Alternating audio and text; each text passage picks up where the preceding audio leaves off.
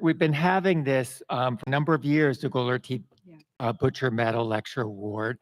It's been awarded since, if the award it was awarded first in 1997, and it's to a distinguished person of American or other nationality for outstanding contributions to the development of or effective realization of international human rights.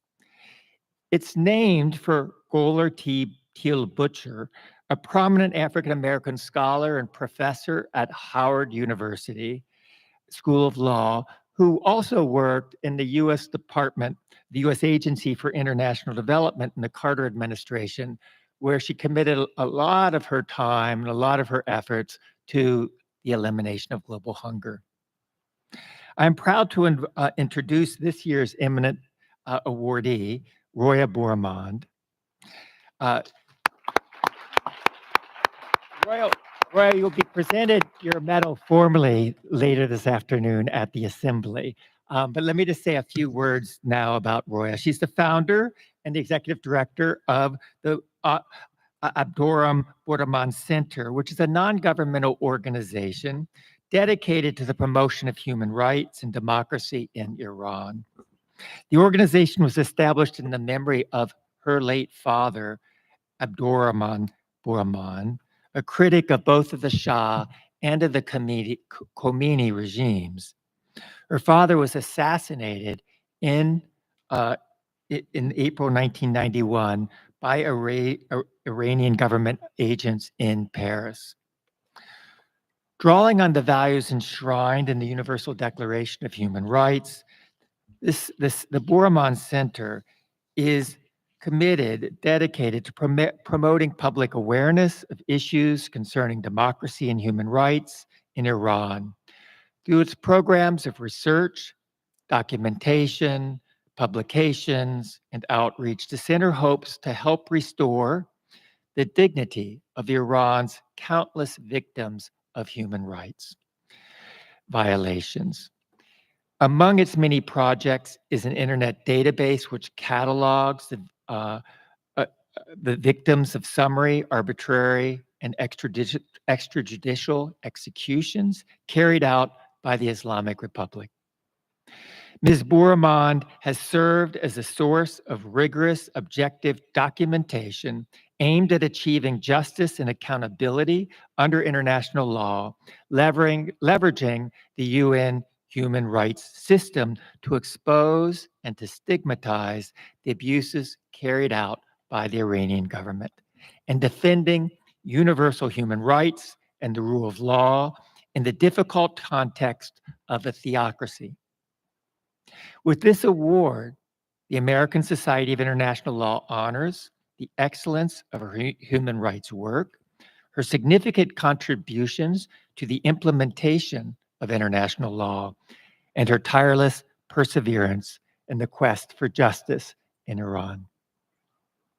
Roya will be in conversation with Karima Benoon, who herself will be awarded the Willig Prominent Woman in International Law Award at a luncheon tomorrow.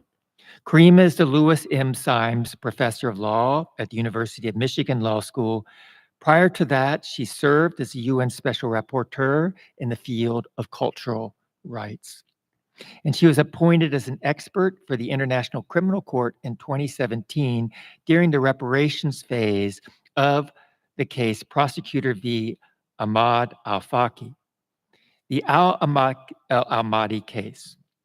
As a former legal advisor for Amnesty International, Karima has also carried out human rights missions in most regions of the world. Her recent work has focused on supporting the efforts of Afghan women human rights defenders to consider gender apartheid in Afghanistan and to counter it.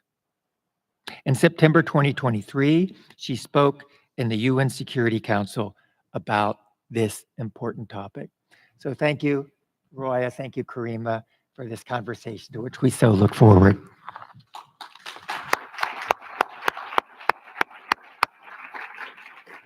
Thank you very much for those kind introductions, Greg, and thank you all for coming today. It's really a profound honor for me to have this conversation with one of the human rights defenders that I admire the most, the 2024 Goler Butcher Medal winner, Roya Boroumand. And I'm going to say a few words, and then Roya will give some opening remarks, then we will have a conversation, and then we very much look forward to your questions. I have to start by saying, in my view, there simply could not be a more deserving recipient of the Goler Butcher Medal. She is brilliant, courageous, and a strategic advocate who has dedicated her life's work to addressing one of the most challenging human rights situations in the world. Often using international law as her vehicle, she has worked tirelessly, and I literally mean tirelessly, to defend human rights in Iran. Roya's efforts in support of frontline Iranian human rights defenders have been especially important and difficult since the killing of Jina Mahsa Amini sparked nationwide protests 18 months ago. She has advocated the establishment of critically important mechanisms to address what the UN High Commissioner for Human Rights, Volker Turk, has called a full-fledged human rights crisis in Iran. This has included writing and supervising production of vital documents about the repression of protesters and the applicable international law, and campaigning for the rights of Iranian human rights lawyers, working in what is an extremely difficult environment, using international law to bolster this work. In Roya's own words, how can the international community expect human rights improvements in a context where rights defenders, those who call for change, are arrested, and the lawyers defending them are persecuted?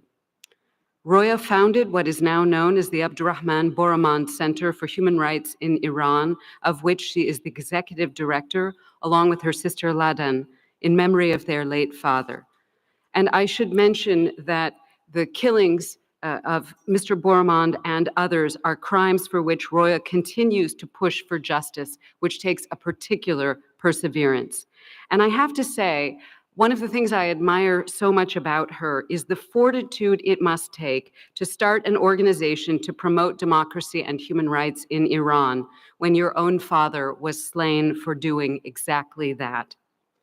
Roya's riposte was to defend the rights of all Iranian victims of human rights violations in accordance with international law. Her response to that violence that so gravely affected her own family has taken the form of a sustained campaign of precision human rights fact-finding and advocacy using international human rights standards. She was one of the first Iranian human rights defenders, and she's the first to say she's part of a very big movement for human rights inside and outside of the country. But she was one of the first Iranian human rights defenders to recognize the centrality of objective, rigorous documentation for legal advocacy, for policy change, and for efforts aimed at achieving accountability. Her work has inspired grassroots human rights groups inside Iran with whom she works very closely. They say that out of tragedy, she created hope. Under Roya's leadership, the Abdorrahman Boroumand Center has effectively pushed for stronger action on Iran by the UN human rights system, serving as one of the most accurate and reliable sources of information for UN experts and mechanisms, and I can say this with firsthand experience, and contributing to the successful lobby to eject Iran from the UN Commission on the Status of Women due to its gross violations of women's rights. She has followed in the footsteps of Goler Butcher, for whom the prize she receives today is named, echoing Ms. Butcher's own work in being unrelenting in her commitment to the realization of international human rights law for those who are too often seen to be beyond its reach. Roya's work is a testament to the vision of the Universal Declaration of Human Rights, demanding recognition of the simple but overlooked fact that Iranians too are born free and equal in dignity and rights. And my friends and colleagues, it is a tremendous privilege to give the floor to Roya Boroumand.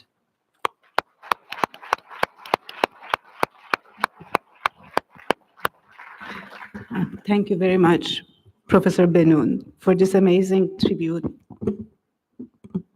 that I certainly don't deserve alone.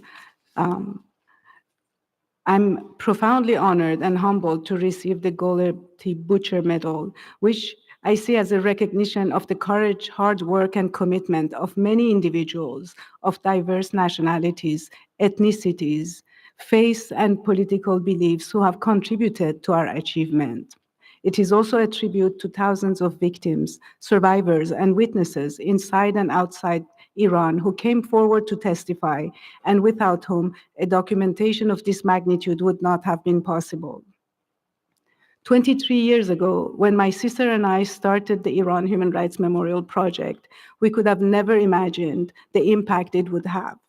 For 2 volunteers working out of my bedroom, this project was rather ambitious, a first in its kind.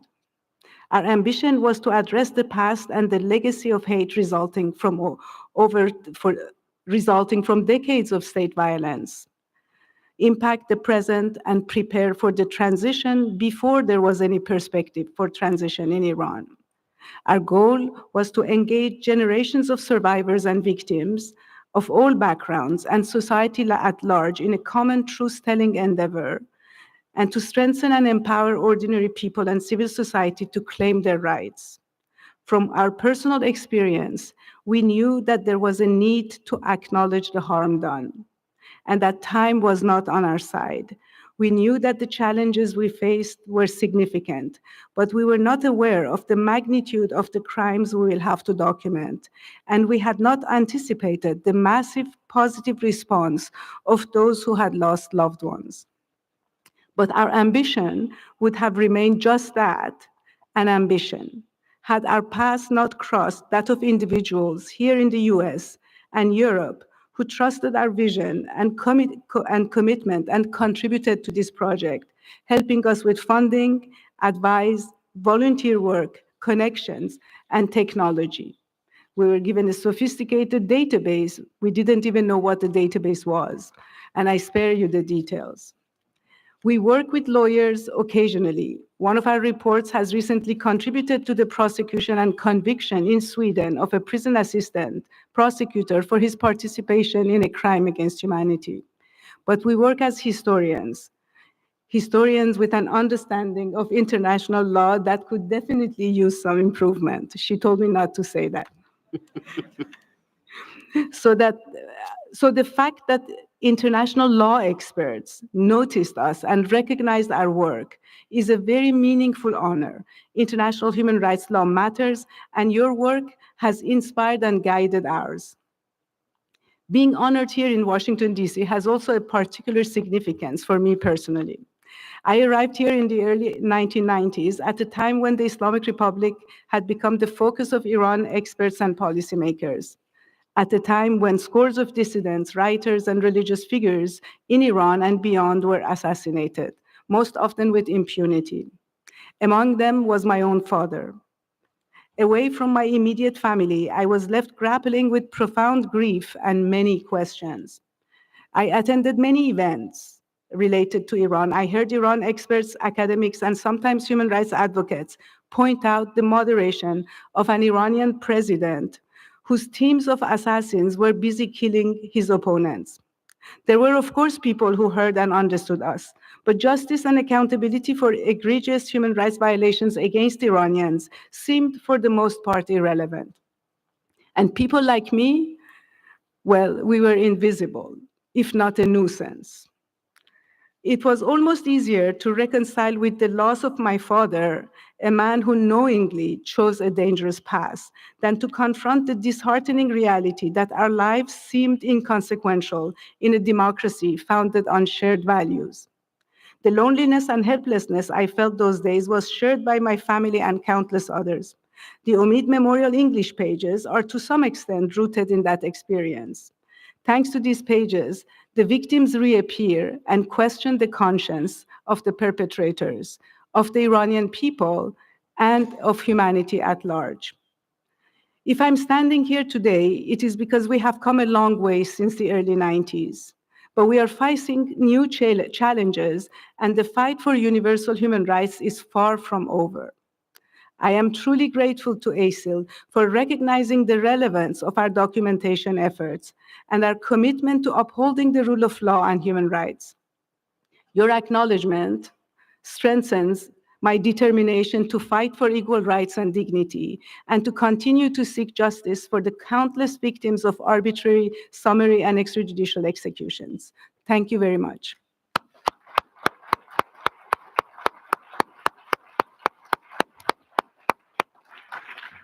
Thank you so much for those moving words. So let's start with some general questions about your work and the background of your organization.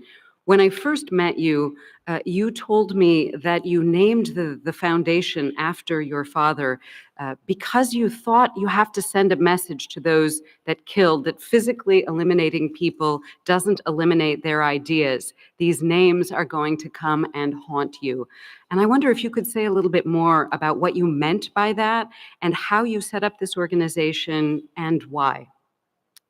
Well, I would say there were many reasons that came, many elements came together so that we set up the organization.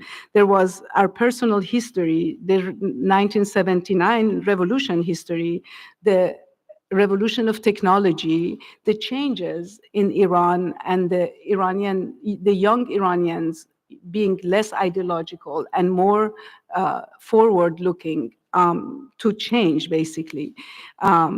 My sister and I created this organization to ensure that the thousands, if not 10,000s, of victims of the violation of the right to life are not forgotten, and to understand for ourselves and for the society at large why this is happening, how this is happening, what is the nature of these violations.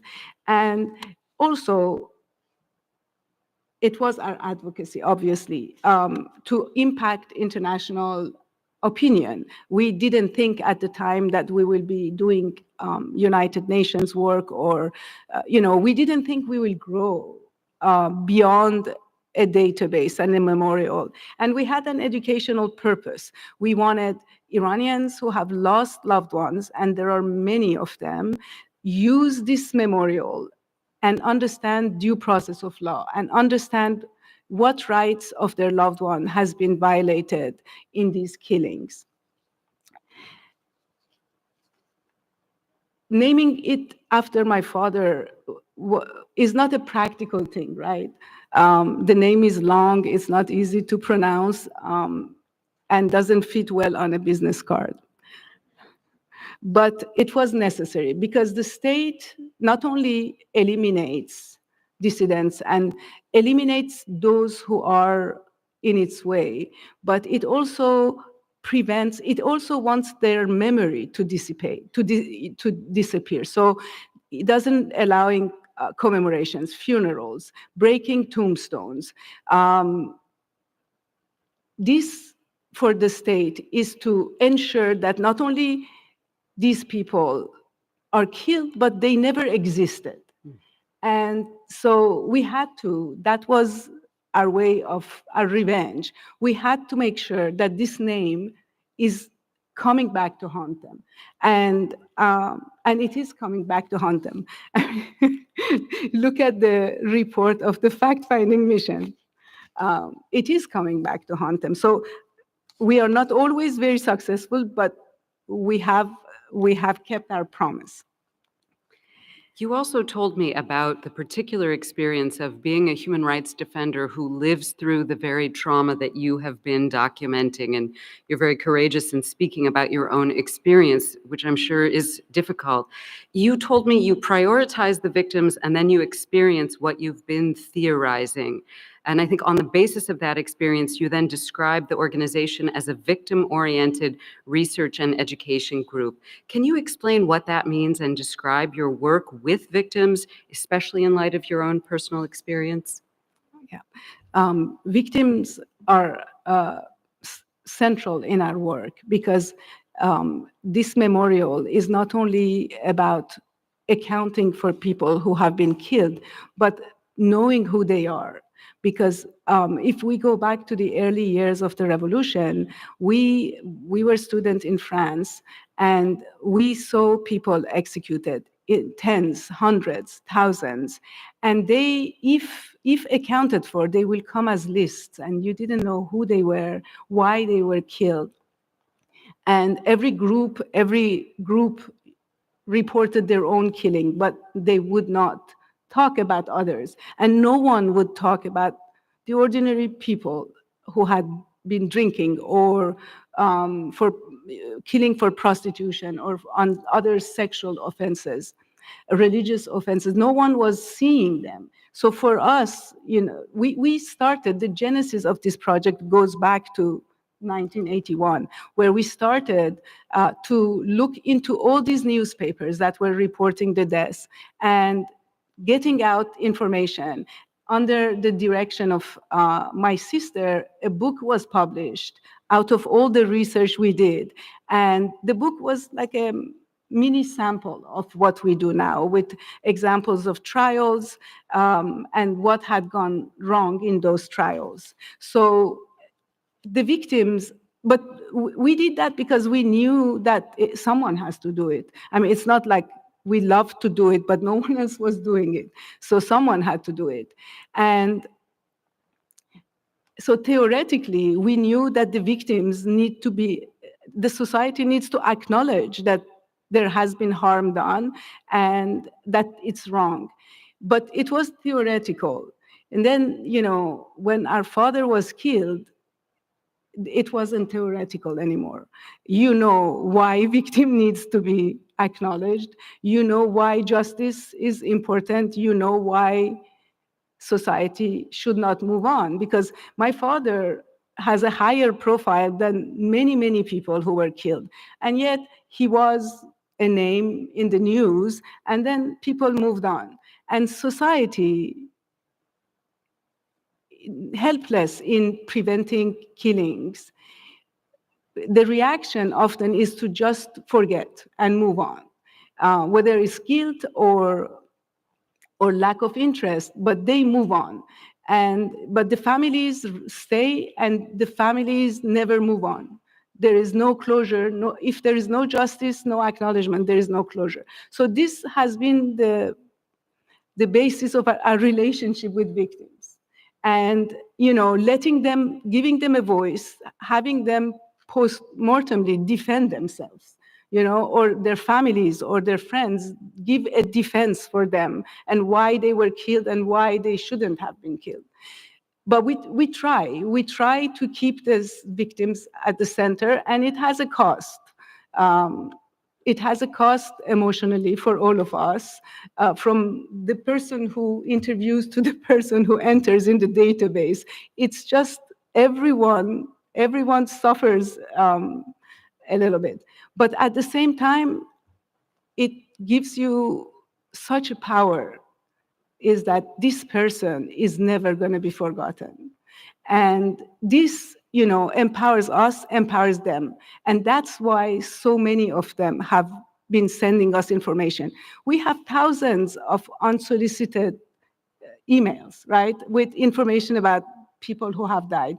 We never dreamt that we could get that many unsolicited responses.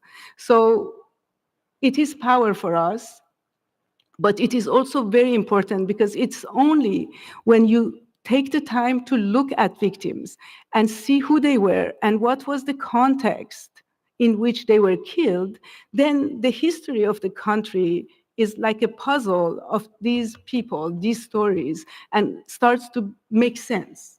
Because, why do these people have to be eliminated? Why so many? But then you look at their personal history and what happened and how they got killed. And then there is a lot better understanding of patterns and of the state's behavior and how this theocracy survives.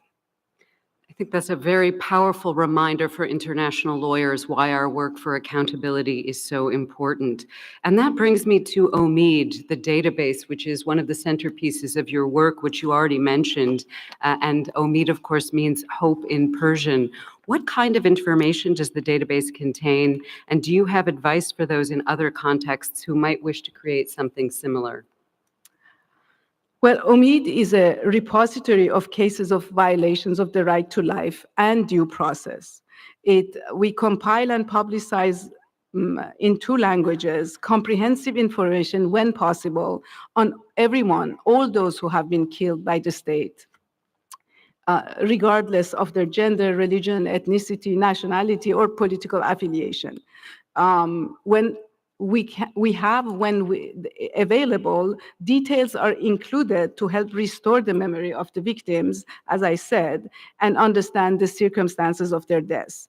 And we look at multiple sources. We try to vacuum everything that is in open source, and then we try to find witnesses, relatives. It is a long and painstaking work, but this database includes the names of perpetrators and, biographical information on the victims. It is our advocacy. This is how we advocate for change, because it is only when you see 1, 2, 100, 1,000, 10,000, 20,000, always without due process, always for the same reasons, then the narrative of the state is much weaker. You can undermine the narrative of the state at the UN, because patterns for drug-related executions, they say, it's the West that is flooding from Afghanistan, our country, with drugs. And then, you look at how many drug offenders had been killed in 1980 and 81 and 85 and 1989. And then this argument doesn't hold anymore. So this is OMID, and it's obviously the place where people are memorialized.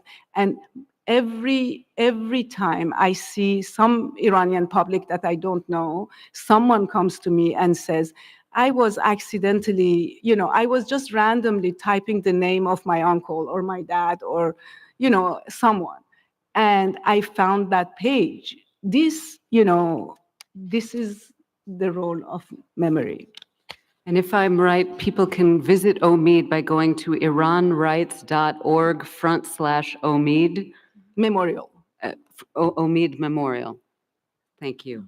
So there are massive human rights violations, unfortunately, going on in many places in the world. But can you explain the specificities of struggling for human rights in the particular context of theocracy, where religious justifications are proffered for many of the human rights violations? And do you find that international law and international human rights law specifically provides the tools that you need for challenging violations in this kind of context?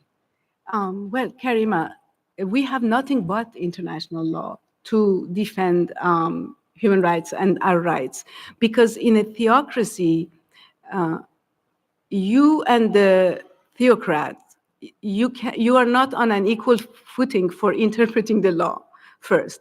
And the law is there, but it's not mandatory to implement it, because the representative of God on earth can decide that, well, no. And we had that recently with a protester, right?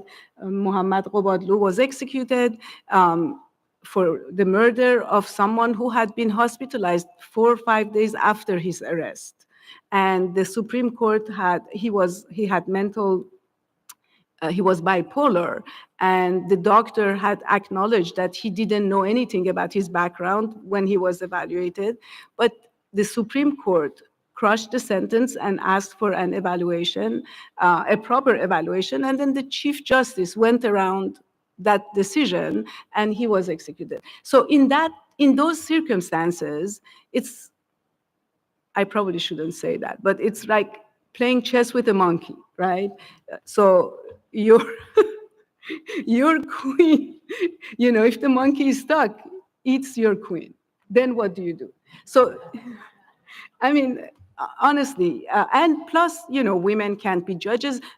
Individuals are not equal before the law. So no matter, you can make some progress, you can make some changes.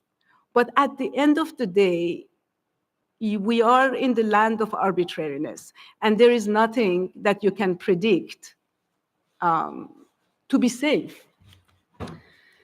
So I'm wondering what some of the biggest challenges in your work are. You've already identified, I think, some very important ones, but I also wondered if cultural relativism, which has been very fashionable in academia in recent years, maybe has a negative impact on your work that you would want to talk about. Well, you want really me to be in trouble here. Yes, I think that on many the challenges, we have many technical challenges, right?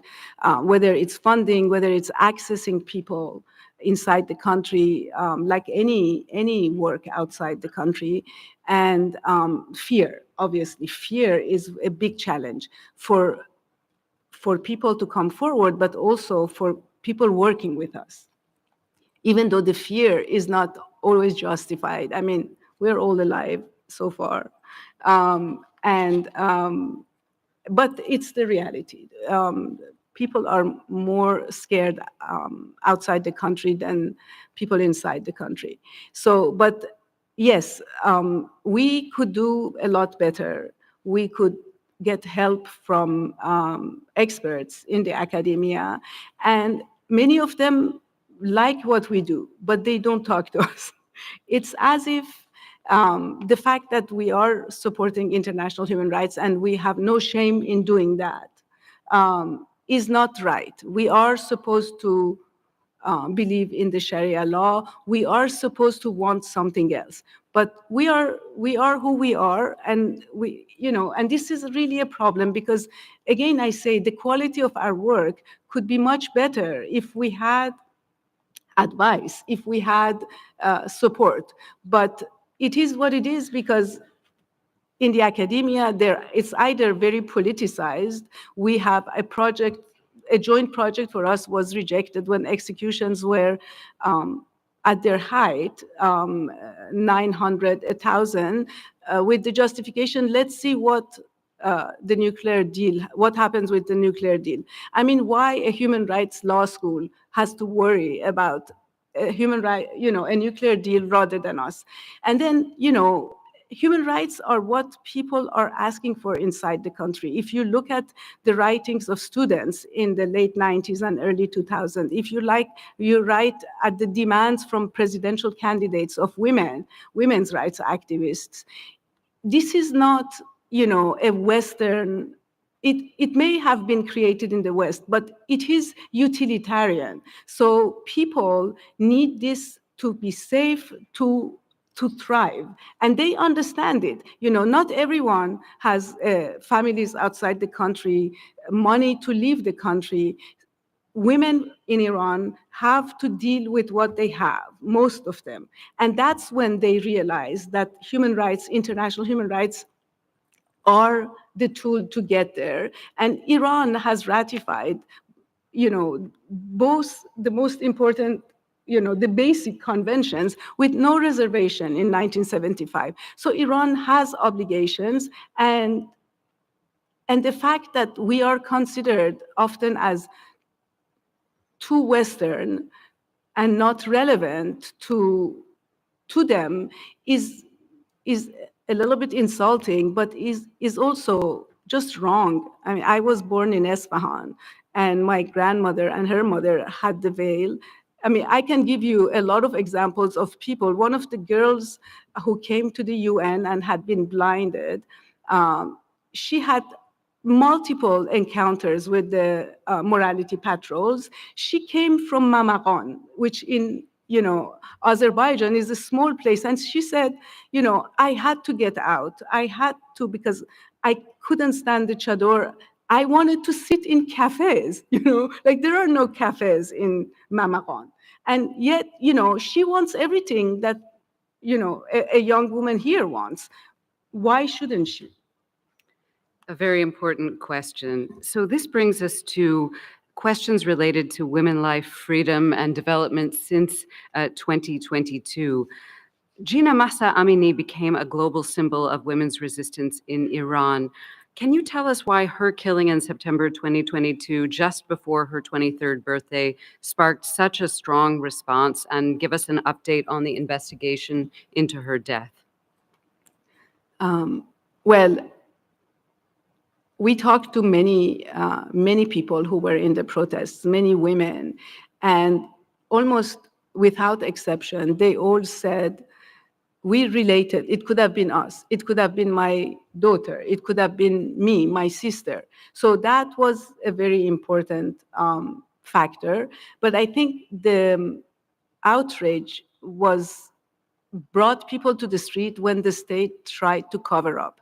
People were tired of the lies, and it was obvious for them what happened, whether or not it is obvious, but for them it was. And the fact that the state is trying to not take responsibility was the last drop, you know. That's why they came out in the street.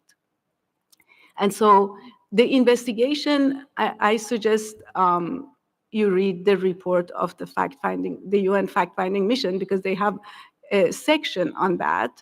But as far as I know, and I think recently again, the prosecutor has said that we are still investigating, even though they have prosecuted, they have sentenced Mahsa's lawyer to a prison term because he is not accepting the medical examiner's report and is calling for an independent investigation. Her parents were prevented from leaving the country to get a reward at the EU, and they are under a lot of restrictions to mourn, to have ceremonies. So that's how much we know right now. Can you give us an update on the overall human rights situation now, 18 months after the start of the protests, including in particular the situation of women's human rights? Sure. So the protests in the streets have stopped, and people are not getting killed in the streets. The crackdown has been massive in many forms. Tens of thousands of people were arrested. Estimates go certainly more than 22,000, because that's the Chief Justice number. But people have been sentenced to prison terms. They have been sentenced to suspended prison terms, but also many different ways. Torture and violence has been really particularly harsh. We have had reports of rapes. We have had protests are a fact of life in Iran, like every 10 days, every 10 years, every 5 years. Now the space between protests has shrunk, but we never had that many reports of sexual violence, not always rape, and for men and for women. And so these are deterrents, obviously, but at the same time, the protest hasn't stopped, really, because it has just morphed into a new form. Because whoever comes from Iran says, you know, the women don't have scarves. Like a lot of women are not wearing, even though there are people, guardian of the veil, if I want to translate, who are everywhere, and they do arrest people. They do maybe not arrest people when there is a crowd, but when they find them isolated, they do arrest people. They do punish people.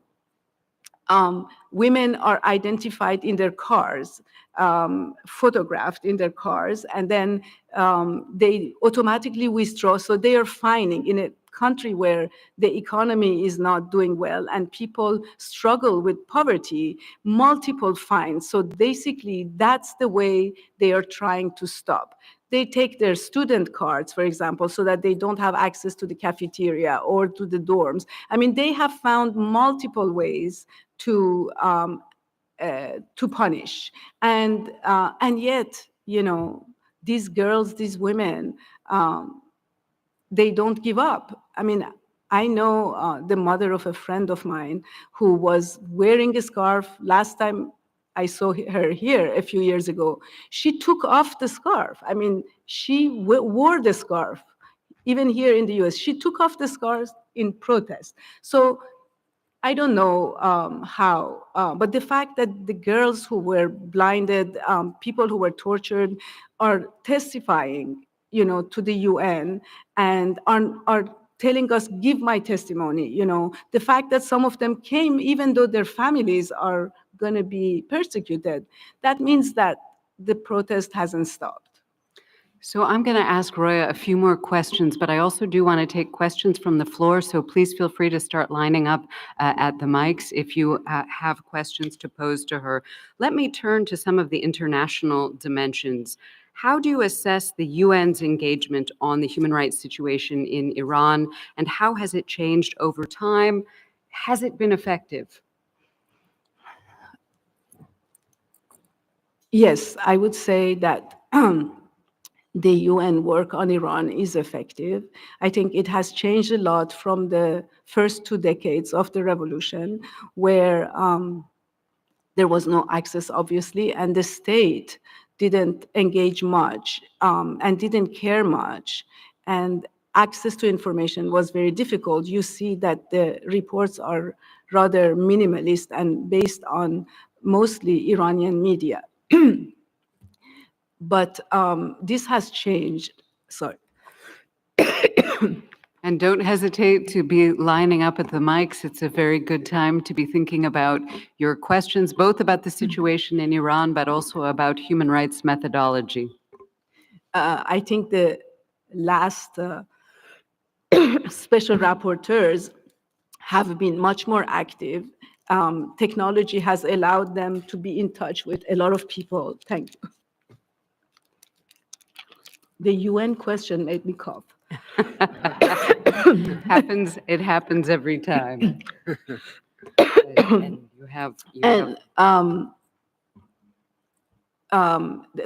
they have more access. They have been more outspoken. They have talked to the media, which wasn't the case before. And so that has helped. And we have laws that have changed.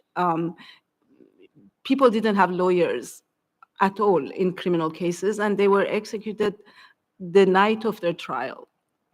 Now, it's still, we have a long way to go, but there are lawyers for people facing the death penalty.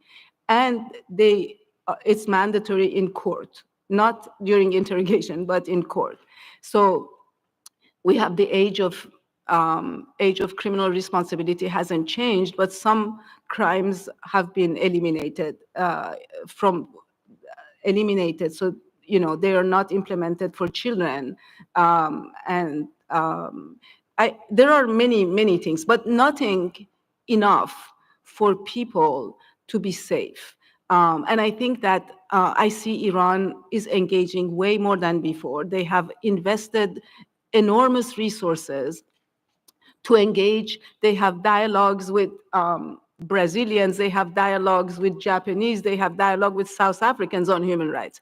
They have dialogues with everyone. They have technical cooperation. The UN goes there and has technical cooperation about women's rights and executions. We don't know much about how these talks are going, but we don't see much results. And I think that, sometimes I think that dialogue and engagement has become just for that they don't look for results, that talking is success. And so, the more rogue the state, the less objectives and the less results is expected. We are talking for talking, and that's it. So I think there's some improvements could be done. Can I ask specifically about your view of the recently issued initial report from the UN fact-finding mission on Iran? I was very struck by its conclusion that there are reasonable grounds to believe serious human rights violations have been committed during the protests beginning in September of 2022, that there have been very serious violations of women's rights, and especially severe violations also of the rights of minorities, and in fact that all of this may rise to the level of crimes against humanity. What has been the impact, you think, so far of this report? Well, I think it's too soon to judge, but one impact, I think, is the Human Rights Council voting for extending the mandate of the fact-finding mission and the rapporteur at the same time with a lot of votes. So I think that's definitely a sign that the report has been having an impact. But generally speaking, this fact-finding mission is the best thing that has happened to us in a long time, because although the mandate of the special rapporteur is very important and very useful, the UN doesn't give means to the special rapporteurs. They have 2 missions every year or 3 with 10 days of translations. And, the fact-finding mission came with experts and means, and they did an excellent job. For the first time, someone looked at the fact that Iranians weren't necessarily, happy about the constitution, and they fought, to prevent the constitution from being voted, that there was a cultural revolution. They looked at the context, and that, most people don't have the time and the means to do it. So I'm very hopeful that understanding the reality of the country will help us engage in a more effective dialogue with the Iranians, or them, because they don't talk to us. And I think that's a good place to turn over to the audience. So we'll take the couple of questions and then come back to Roya for a response. Hi, David Sloss from Santa Clara University. Thanks so much for the really important work that you're doing. I think we all appreciate and value it. My question is there any possibility here, you were just talking about sort of dialogue, right? Is there any possibility here for engaging Islamic law scholars who are much more sort of friendly towards international human rights as sort of allies, and would the Iranian regime sort of listen to them at all? Any possibility for progress there? Thank you. And we'll take maybe a couple of questions. Thank you very much. Susan Karmanian from the Hamad bin Khalifa University in Doha. In your database, do you keep track of those who have been persecuted for religious reasons, and in particular the Baha'is? And secondly, you mentioned that you had identified the perpetrators. What do you do with that information? And are we seeing repeat offenders? Because we hear that the people of Iran are, for the large part, want to be engaged in a society in which they have freedom and rights. And it just seems like there obviously is the people at the top that are preventing so much. And then the question is, what is at the next layer? How many are repeat offenders, or is it quite expansive? And I think about, when you were talking about the morals police, you think about the changes in Saudi Arabia over the last few years, where the morals police now has been largely marginalized and the like, and whether there are any lessons that can be drawn from there. Thank you. Over to you. So for the first question, if I understood correctly, I think this solution lies with Muslim jurists, because they are the ones who have to reform the religion and to ensure that religion and state are separated. But we have had several rapporteurs from Muslim origins, one of them sitting here, and he can probably better say how engaging Iran on Islamic law has yielded results. I think everything is important. What needs not to be confused is to let international human rights law aside and focus on the Sharia, on Islam. These two can go together, but experts for international law follow on international law, and there are a lot of Muslim scholars who don't agree with what is happening in Iran. A lot of them were part of the revolution. Some of them are outside, but to come back to to the other question about the problem is that, I believe that implementing Sharia law in the way they do, because even that is subject to different interpretation, doesn't have really a religious motive. I think it's a mode of persecution that is more difficult to tackle for people outside Iran. It's, I know better, it's my religion, and, who are you to tell me how I implement my religion? So it is really not a matter of religion. We are dealing with an authoritarian state with just a slightly different narrative than other authoritarian states. And, representative of God on earth, even that, I think, is not very Islamic and definitely not very Shia. Other questions from the floor, and if not, I forgot one. please. Yes, you can find the execution of Baha'is in our database.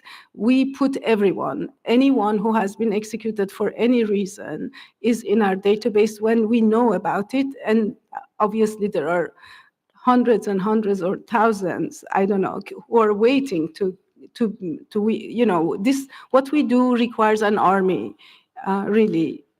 We are not an army, but we also collect the names of perpetrators, and the database can see the repeat offenders, but we don't make it public because we think that this might create dangers for people who give us information. But the reality is that we don't know the name of a lot of perpetrators. The Islamic Republic has looked at other countries, Latin America, Eastern Europe. They don't use their own names. Prison guards, interrogators, judges, they don't necessarily use their own names. You don't necessarily see their faces. So they make accountability pretty difficult. And forgive me, I've been asked to make a technical announcement that if you signed up to receive CLE credit for this session, your code word is wolf. Next question, please. Yeah, my name is Anne Peters from Max Planck Heidelberg. Karim already asked you about this, that human rights are very much criticized in the international law and in the general legal theory discourse, rights as such being completely insufficient or even counterproductive in order to counter injustice, and that they're anyway a Western invention, and that they don't fit. So what's you said that you already said something about it, but I want to push you a bit more on it to hear what's your view, because this discourse is, I think, very, very strong and rising in international law against rights, strong backlash. I'm not sure I understand the question properly. Are you asking me what I think about human rights law not being appropriate and not being, well, I mean, nothing is perfect, but there is nothing else. I mean, having a lawyer during interrogations is not a no-brainer, right? Due process is a no-brainer. Why doesn't it fit? It doesn't fit because those who deny lawyers during interrogations don't want it, right? Because then they can kill people and they can get coerced confessions and kill them for whatever reason they choose.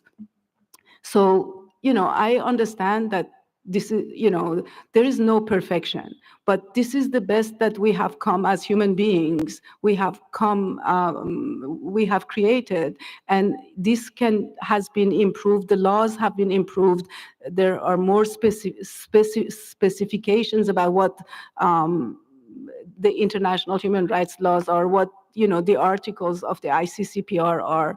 It is a constant move, but there is nothing else. So it's easy to say this is bad, but then what? Leave them to be on their own with nothing? I don't think so. So I'm going to sneak in one last question, and that is, what can international lawyers, the international community, law students who are here do to support your work and that of other Iranian human rights defenders now? Well, I would say help us. Don't give up. Don't give up if there is no prospect of prosecution or no clear path to justice. You know, uncovering the truth and doing a proper job of documentation is essential for justice in the future. So I think, you know, lawyers often, they want to do things, right?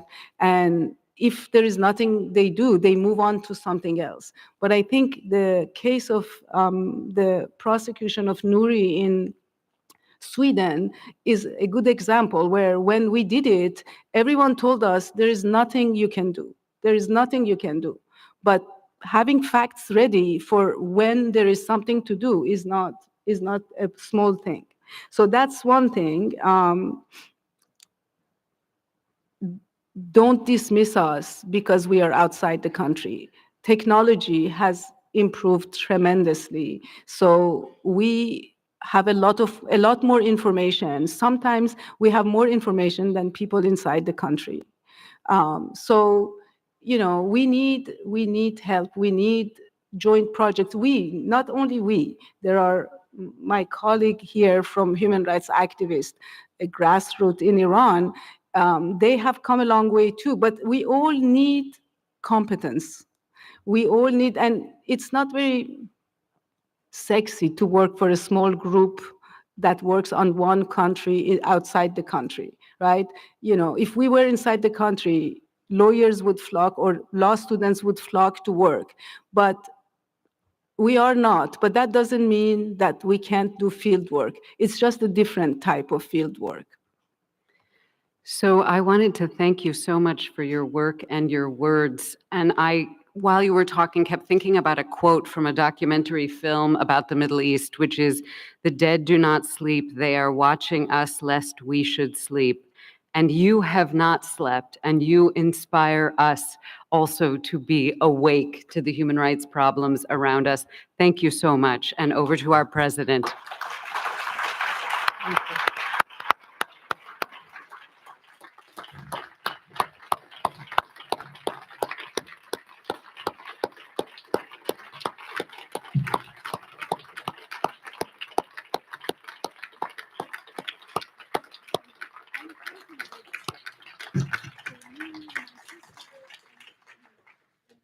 Army of people who have worked with us in the past and now.